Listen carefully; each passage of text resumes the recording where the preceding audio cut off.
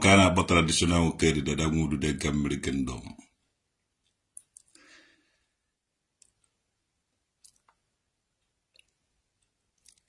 Uno chetre video mere last, opposed to mere last. If I get me get you okay kenjaka.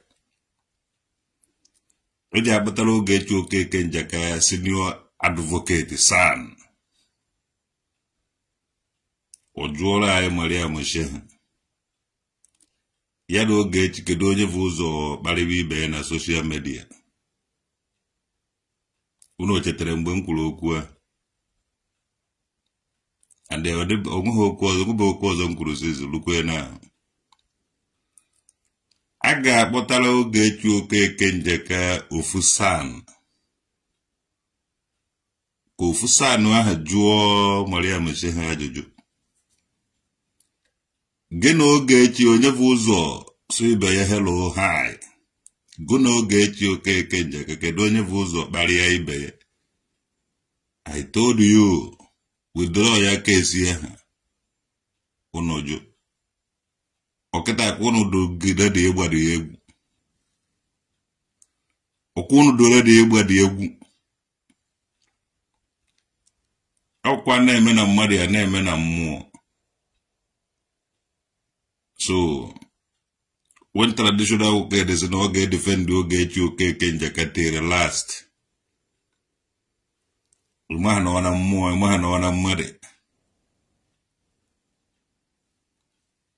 Owu onye kpọrọ polisi na ebewu. Eje akpatala oge echi okeke njaka ofu senior advocate. Ọnọrọ ebe ahụ na-ajụ ajụjụ ọsa na-eme.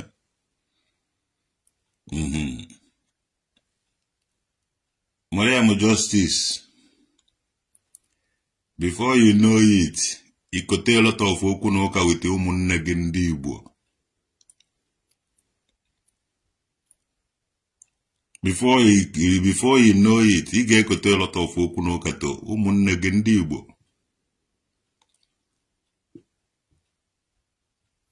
Mmadụ na gị ji akpọrọ polisi.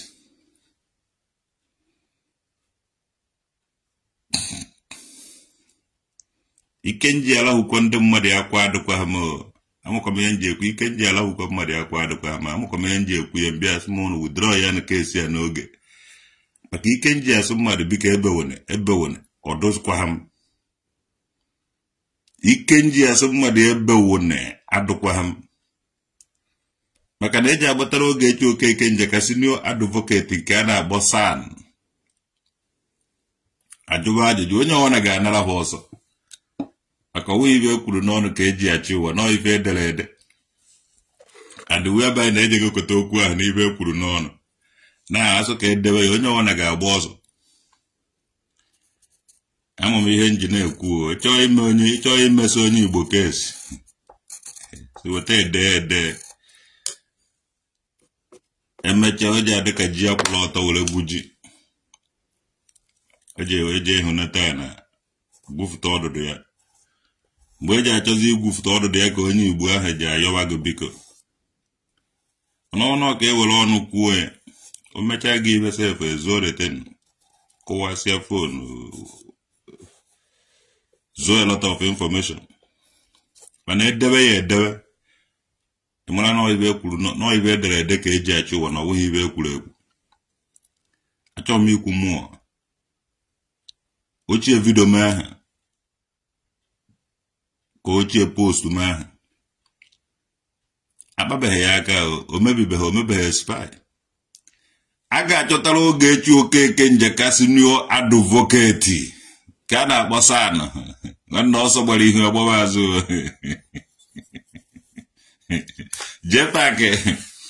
Jepak anarago bụ ọzọ for long time. General Shia nke ya na ndụ nga ọkpara nara ha ọzọ. Chee ebe ọzọ belege fes. Gọvanọ eziokwu. Ọkwụ kesi oge echi ka aka na-eme o. Chetakwara ihe dapụrụ gị n'ọnụ mgbe a na-eme oge echi arrest.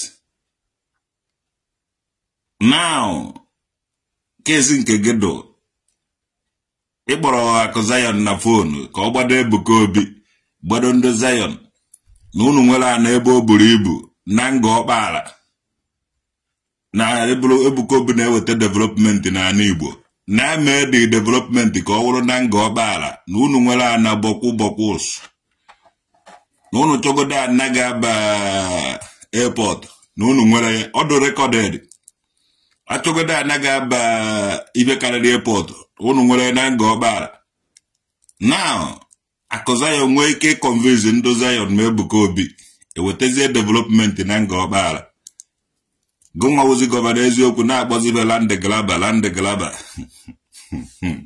ana enyere ndị ụka anarigo ịnọdụ ya many people na-aza na enyere ndị ụka ịnọrọkwa dị ya gada jee paaki jee na ụmụ ọkpọntu village godochala osisi gwa na eji ewenata development dị ya na asụkwado ya na the development is na nga ọkpara ana narie ịnọrọzie n'enu ya 5 plot enyere gị ezuru ị chọrọ ka enye gị 20 plot ka ị nọ nọ gị ile ya ana nga ọkpara eluvu 600,000 400,000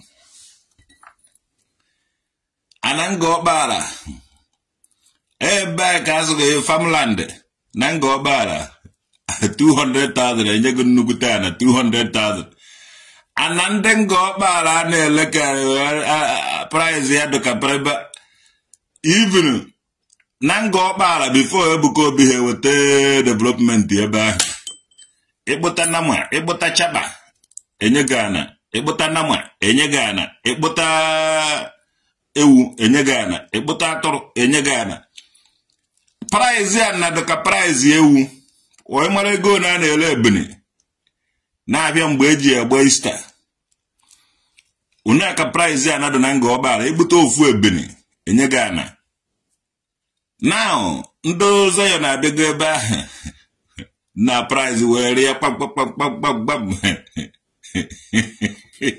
price were ya ije na nga ọkpara na onwe ha ana n'ebe ahụ dị less than 10 million ka na anarị ya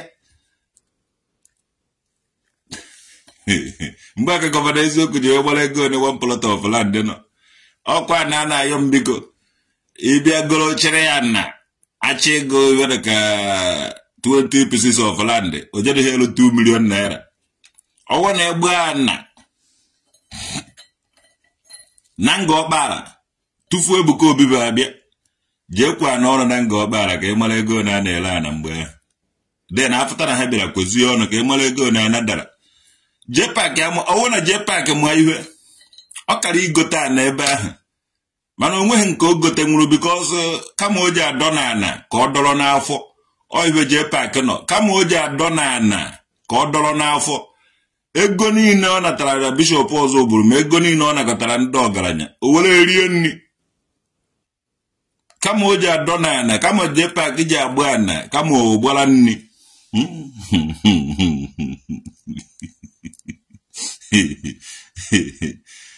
Obi ọhịa Chidochukwu nwanne m nwoke fụtakwara ụla anaghị ajụkwa mbiko one ka ọ lahụrụ na ọ fụtakwara ụla to God who made me and you ụmụaka meele nwanne m nwoke Obi ọhịa anyị nọ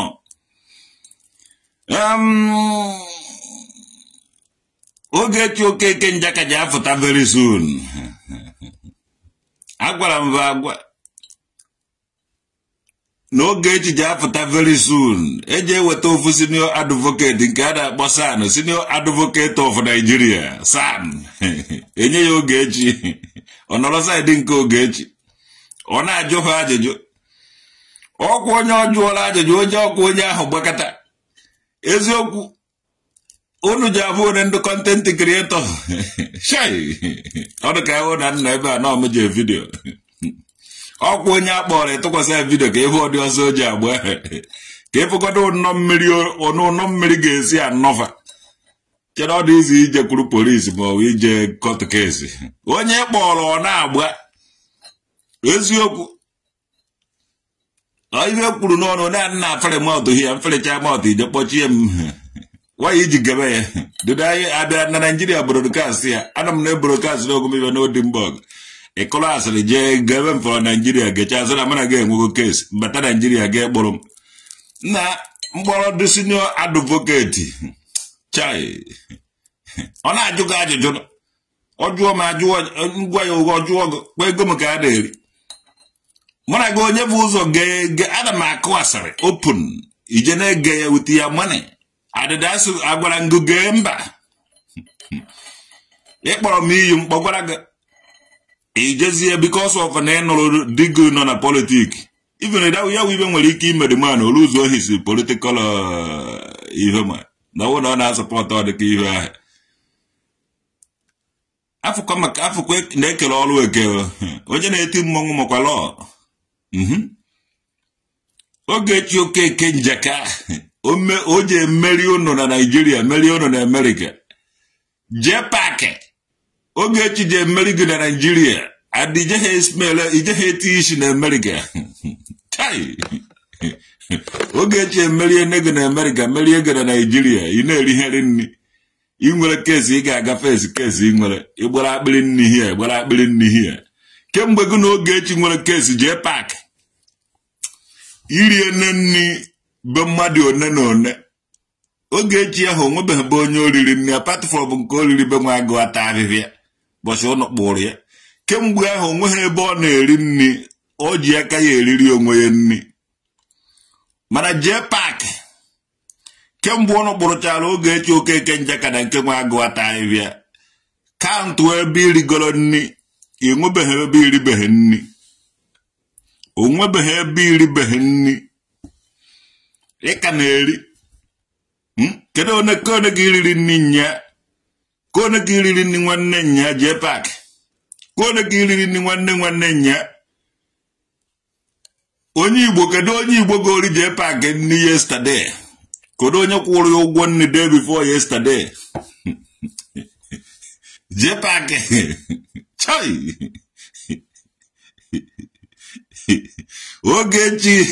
Ogechi hụrụ gị ka onugbu ịmakwana shọt ụna a na-agba Ogechi nwaanyị vu amụ ekwesịrị ịgba jee paaki nwoke vu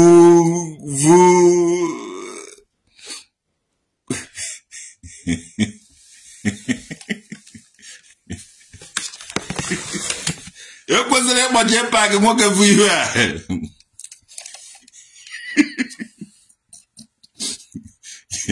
jee paaki onye a na-agba Ogechi Okeke Njaka nwaanyị vu amụ ekwesịrị ịgbagụ nwoke ihe dị onara na nwoke ekwesịrị ịgbagụ nwoke vu ihe a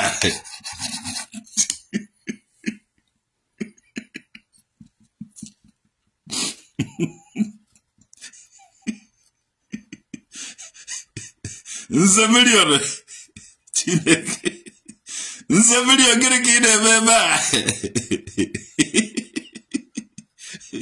Chineke na-ekwere nse milion na peji m ọmaka mewere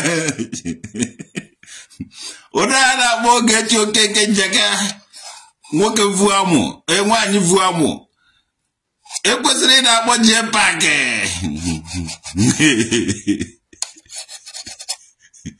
nwoke vu Bobrisky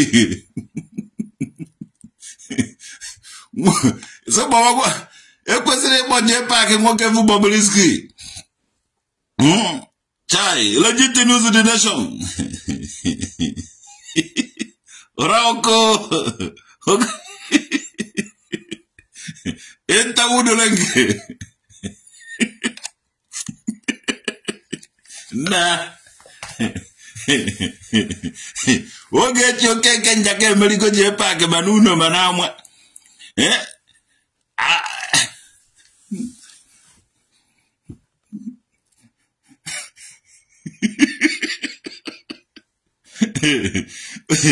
shot Ogechi eji adịrị gị afa gị ife na ọhụrụ na ịpụtacha nnọọ chai Ogechi shot mmụọ na-emere gị ife ehike ndị niile kotere kesi Ogechi mechara nwee nnukwu problem gọvanọ eziokwu lele na lesi ya ndụ Zion kemgbe ọ mechara ihe a ya na ndụ Zion adụbeghị na mma gọvanọ eziokwu Iku imejara kesi nwanyi vu amu keta ba. Yema hebe. Yema hande ogechi okeke njaka weze nwanyi. Nwanyi na-akpa nzu n'anya. Nwanyi na-apụta eme incantation na Facebook. Ka unu nechara anya challenge. Na ma Ogechi nwere mmụọ ma onweghị mmụọ. Ugbu a ka unu ga-ama na Ogechi nwere mmụọ. Gọvanọ eziokwu. Mgbe ahụ na-asị na Ogechi okeke njaka na afọ ndụ na ọ na-ere eziri ndị na o nwere ndị ọrụ ezigara ego. Cheki godi nwe kesi mgbe ahụ. Mana kịta ana inyere ndị ụka ọ nagokwe ana ahụ ịmavu before ọ na-awụ onye mee inye ya ana onye mee nchịkọ ya ana ahụ anago forever God and the roses ana ahụ ana ndị ụka wụ ndị ụka ma ọ sogoro ya wụrụ ndị Zion ọ sogoro ya wụrụ ndị Chakabom ndị ụka ka ha wee nyekwa ha anaba na ọ nago anụ ọwụ na enyere ndị ụka anaghị ana ọmarịcha ana niile ahụ dị na nga ọkpara abancha anago ndị anaghị abasa ọ na-epewaga mpe before you know it na nwobega ahụ ebe anyị na-azụ oke oyibo na mbe ajọ akpa ha akpakọrọ dị ya na ife anyị jukwu nwa nkere ibekwe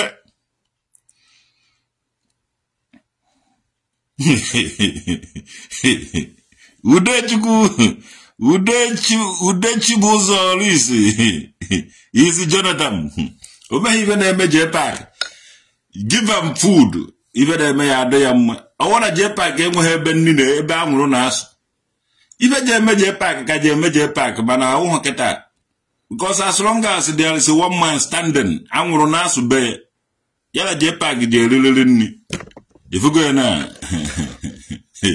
o megodi ihe ịma JPAC ma otu esi ekoyi mmadụ okwu enwere ike ọ bịa bego oso kọwara gị ọkụ fọrọ ma isokwa ọkụ ọ gaa n'ubi bego kpata nkọ na-agbaso n'ọkụ ahụ so nkụ ahụ oge ibe ọ nkụ ahụ awụrụ gị ibe ọ kọntributuru na dị nri gonwa ga-eji ego gị goo nri JPAC abịa oje weta nkọ na-agbaso n'ọkụ o soro gị nwere nri ahụ ịkwatuo nri okele nke ya ma ọ ga-ekwo ya ụgwọ nkụ ahụ o sori n'ọkụ nri gị Okoye Chinedu Chuks ọgbaka mewere gị Alipe Chifu Nwaọgụ ọgbaka mewere Okoli Solomon Openipo Chieloka ọgbaka mewere onye agwụrụ tata asụpụkwa ya echi onye agwara kwa akwụkwọ bọsị ọzọ agwụkwa ya ọzọ agwara m Maria Moshe na withdraw ya kesi Ogechi ochere o ji eme n'ife nọ n'Ogechi kịta o mewego ya na ebe o mere so Ogechi arrest before you know it o mekwa onye Igbo ọzọ arrest before you know it egoola ya about mmadụ n'onu o megoro arrest before you know it o ji aka eme ife ọlaike mgbe a na-agwa ya nwaanyị be anyị na ịmara mma nwaanyị kuluo dan na-achọkwa ama ịlahụkwa gị akwa ahụ because abụ m ebe o ji ala ndị ya n'ibebe akwa ya onye agbakọta ya azụ onye eme ya kesi ọ chọrọ iwu na oluzuzie dị kesi this and that before you know it nwaanyị be anyị ebebe akwa ike nji egboko anya mmiri adụkwa ha mo Chinonye Stanley how is Germany mara mma anyị eji nkịta achụ nwaanyị because ụmụ nwaanyị juru eju everywhere a na-eme sọma onye ọwara na-eje ebe ojebe since 4 months winter na-eme mana after the thing na onye ọwara na-agbaba azịkwa ime ụlọ so anyị nọ na summer time eziokwu sọnsọ ya gazie JPAC o nwere ka ọ dị n'Ogechi Okeke njaka winuru go na Nigeria maka ije smell America chai Ogechi nwaanyị vu amụ JPAC nwoke vu ikpu Ogechi Okeke njaka nwaanyị vu amụ JPAC nwoke vu ikpu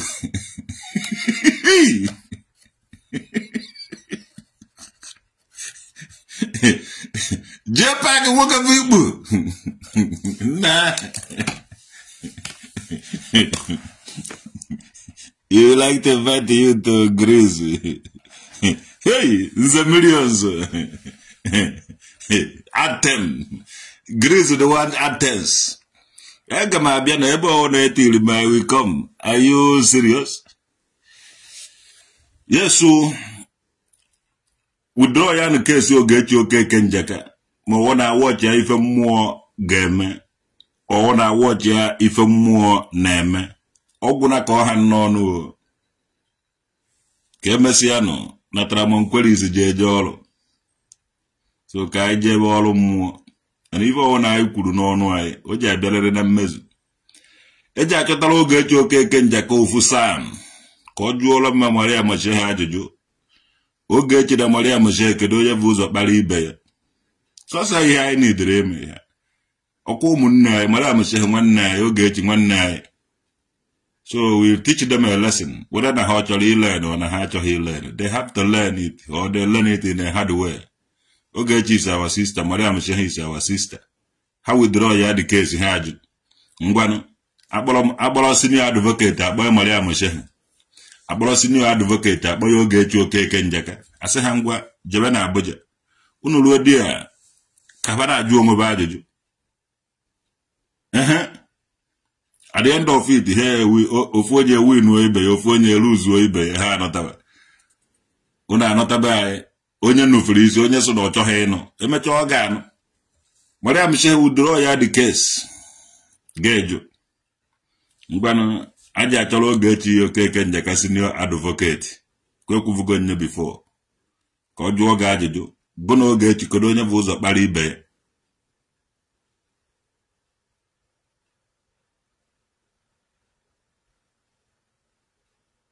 na ka njebe na ọrụ mgbede Uno wana barakanji alo. By so doing na mula yo anyaban. I never je meet ye ba bana boys. How about ya is you bana bona bane? We meet him eba. The man who is young his. And upon body is dear from by sudden. It is either that the case closed. When I call about the meeting Abane, I will be going to the meeting Abane. So time to meeting. I will go here. Today I want to go off VIP. I will go VIP na Grand Lodge, na Grand Master. VIP, very important personnel. So, all very important, vagabond empower. To vagabond empower,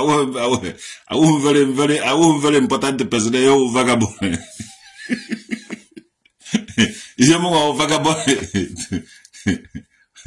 Vagabond in power. Omakabe no.